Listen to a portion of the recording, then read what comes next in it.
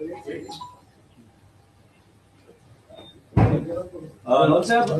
29 महापालिका निवडणुकांसाठी आज मतदान होतं आहे, पण देशाचं लक्ष लागलेलं आहे मुंबई महापालिका निवडणुकांमध्ये. मुंबई सह 28 महानगरपालिकांसाठी आज मतदान होत आहे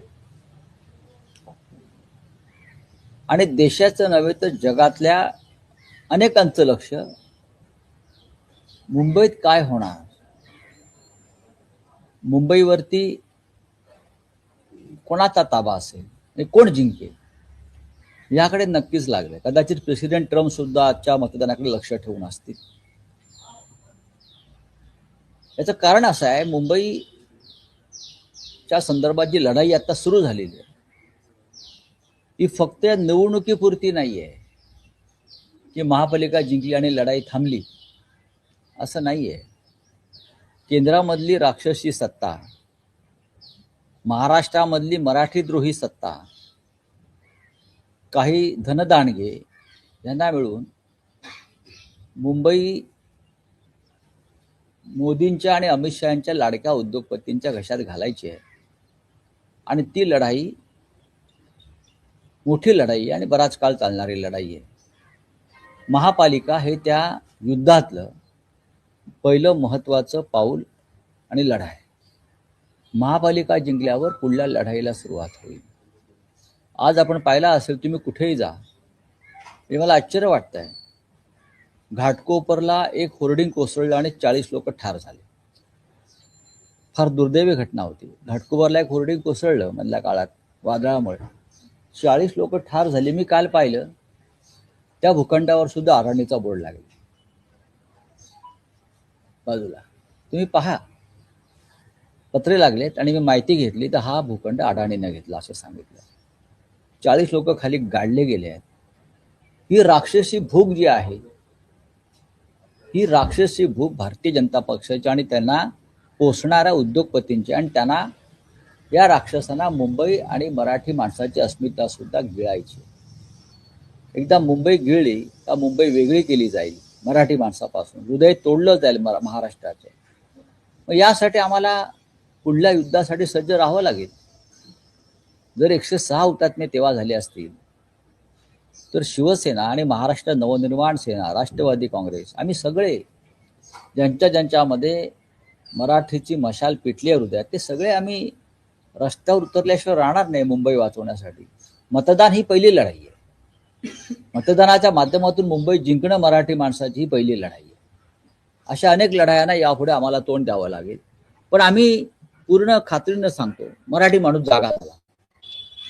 उद्धव ठाकरे आणि राज ठाकरे यांनी जे एक वादळ निर्माण केलं गेल्या 1 महिन्यामध्ये, त्याच्यामुळे मराठी माणूस पूर्णपणे खडबडून जागा झालेला आहे.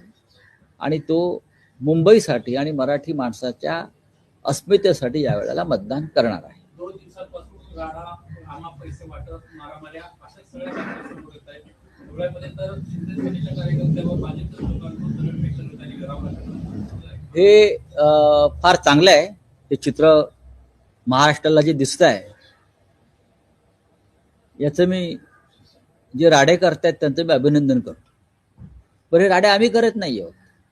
आम्ही जर राडे केले असते तर आमच्या लोकांवर तडीपाऱ्या, मकोका असे गुन्हे देवेंद्र फडणवीसांनी लावले असते. अशी कर्म लावून आम्हाला बाहेर काढलं असतं. आम्हाला आता हरामाचा पैसा वाटला जातो हे मी सांगत नाही, हे भाजपचे मंत्री गणेश नाईक सांगतात की हरामाचा पैसा वाटला जातो. हा हरामाचा पैसा आता वाटलाही जातोय आणि आपापसात लुटलाही जातोय. आणि शिंदे गटाचे लोक भारतीय जनता पक्षाच्या लोकांना पैसे वाटणाऱ्यांना मारतायत आणि भाजपचे लोक शिंदेच्या लोकांना मारतायत. हे चित्र आहे महायुतीतलं. अजित पवार भारतीय जनता पक्षाचा 40,000 कोटीचा भ्रष्टाचार बाहेर काढतायत आणि देवेंद्र फडणवीस अजित पवारांचे कपडे फाडतायत. अशा प्रकारे महाराष्ट्रामध्ये सरकारमध्ये एक प्रकारची अनागोंदी, अराजक आणि बेबंदशाही माजलेली आहे. हे सगळे 3 पक्ष सत्ता आणि पैसा यासाठी एकत्र आलेले आहेत. त्यांना मुंबई आणि मराठी माणसाचं काहीही पडलेलं नाही. म्हणून उद्धव ठाकरे आणि राज ठाकरे यांनी एकत्र येऊन मराठी मनाला साथ घातलेली आहे. तुम्हाला मतदानाचं सगळ्यात मोठं संकट आहे मुंबईमध्ये. मला असं वाटत नाही, कारण त्या संकटाशी सामना करण्यासाठी आमची पण राडेबाज फौज प्रत्येक मतदान केंद्राच्या आसपास उभी आहे आणि हा राडा कायदेशीर आहे.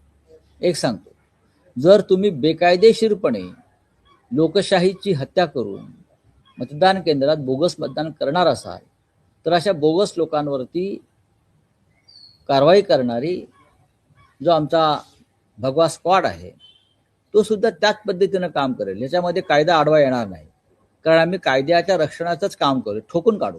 उद्धवजी आणि राजसाहेबांनी सांगितलेलं आहे, यांना ठोकून काढा आणि त्या दृष्टीनं दृश्य अदृश्य स्वरूपामध्ये आमची पथकं तयार आहे. सर, निवडणूक आयोगानं यावेळेस पहिल्यांदाच एक नवी यंत्रणा, पाडू नावाची यंत्रणा उपलब्ध केली आहे, ज्यावर राज ठाकरे उद्धव ठाकरे यांनी काल संशय उपस्थित केला. निवडणूक आयोगाचं असं म्हणणं आहे की आम्ही अपवादात्मक परिस्थितीतच मग ही अपवादात्मक परिस्थिती लोकसभेला का नाही, विधानसभेला किंवा देशात इतरत्र का नाही, फक्त मुंबईतच का? अशी अपवादात्मक परिस्थिती मुंबईच्या बाहेर नाशिक, पुणे, संभाजीनगर, ठाणे इथे निर्माण होणार नाही याची खात्री काय? फक्त मुंबईतच का? हा, म्हणजे ईव्हीएम यंत्र बिघडलं, त्याला काय बॅकअप चार्ज करण्यासाठी, सिस्टीम करण्यासाठी, हे कुठे होऊ शकतं. लोकसभेलाही झालंय, विधानसभेला झालंय, नगरपालिकात झालंय आणि मुंबईसह ज्या एकूण 28 महानगरपालिका होत आहेत तिथे नागपूर उपराजधानी आहे, तिथे होऊ शकतं. मग हे पाडू आणि घालू तिथे का नाही? तिथे का नाही, मुंबईतच का? हा एक गंभीर प्रश्न आहे. रावसाहेब, तब्बल 9 वर्षांनी मतदान करायला मिळते लोकांना. काय वाटतं यावेळेचा मतदानाचा टक्का कसा असेल, आपला काय अंदाज आहे? आणि तो जर वाढला किंवा काही त्याचा परिणाम आपल्या बघू ना. आम्ही खात्रीनं सांगतो, मतदानाचा टक्का घसरणार नाही. नंबर 1, मराठी माणूस मोठ्या संख्येनं मतदान करेल. भारताच्या कानाकोपऱ्यात आणि परदेशात असलेली मराठी माणसं सुद्धा मुंबईत मतदानासाठी आली आहेत. या वेळेला आनंदाची गोष्ट आहे. मोठ्या प्रमाणात परदेशातली मराठी माणसं मुंबईत आपल्या मुंबईसाठी आणि आपल्या मराठी अस्मितेसाठी मतदान करायला येणं ही उद्धवजी आणि राजजी यांनी जी हाक दिलेली आहे मराठी माणसाला, ती जगाच्या पाठीवर पोहोचलेली आहे. रावसाहेब, यंदा महायुती विरुद्ध ठाकरे बंधू असा मुंबई महापालिकेसाठी सामना आहे. पहिल्यांदाच ठाकरे बंधू 20 वर्षांनंतर एकत्र आले आहेत युती निमित्तानं, राजकीय युती झाली आहे. मतदारांना काय आवाहन कराल? मतदारांना आवाहन करण्याची गरजच नाहीये. लोकांनी ठरवलंय. गेल्या काही काळापासून उद्धवजी आणि राजजी यांनी जी जागरूकता आणलेली आहे, जे जागरण केलेलं आहे, जे वातावरण निर्माण केलं आहे, त्याच्यामुळे लोकांमध्ये आपण जाऊन मतदान केलं पाहिजे आणि हे मतदान मुंबई आणि महाराष्ट्रासाठी आहे ही भावना आपोआप निर्माण झालेली आहे. यावेळेला प्रथमच मतदार हा सावध, जागरूक आणि कर्तव्य बजावण्यासाठी सज्ज झालेला दिसतो. रावसाहेब, पहिल्या दिवसापासूनच ठाकरे बंधूंच्या युतीत असं दिसतं आहे की मराठी माणसाच्या भावनेला हात घातला जातो. मग का घालू नये? नाही, इथे महाराष्ट्रामध्ये मराठी माणसाच्या भावनेला हात घालायचा नाही तर कशाला हात घालायचा? मराठी माणसाच्या भावनेलाच हात घालणार. पश्चिम बंगालमध्ये कोणाच्या भावनेला हात घालतात? हा, कर्नाटकात कोणाच्या भावनेला हात घालतात? पंजाबात कोणाच्या भावनेला हात घालतात? उत्तर प्रदेश, बिहारमध्ये कोणाच्या भावनेला हात घालतात? आपापल्या भाषिकांच्याच भावनेला हात घातला जातो ना, तामिळनाडूमध्ये सुद्धा. मग महाराष्ट्रामध्ये, मराठी माणसाच्या महाराष्ट्रामध्ये, मुंबईमध्ये मराठी माणसाच्या भावनेला हात घातला तर असे प्रश्न येतात कसे तुमच्याकडून?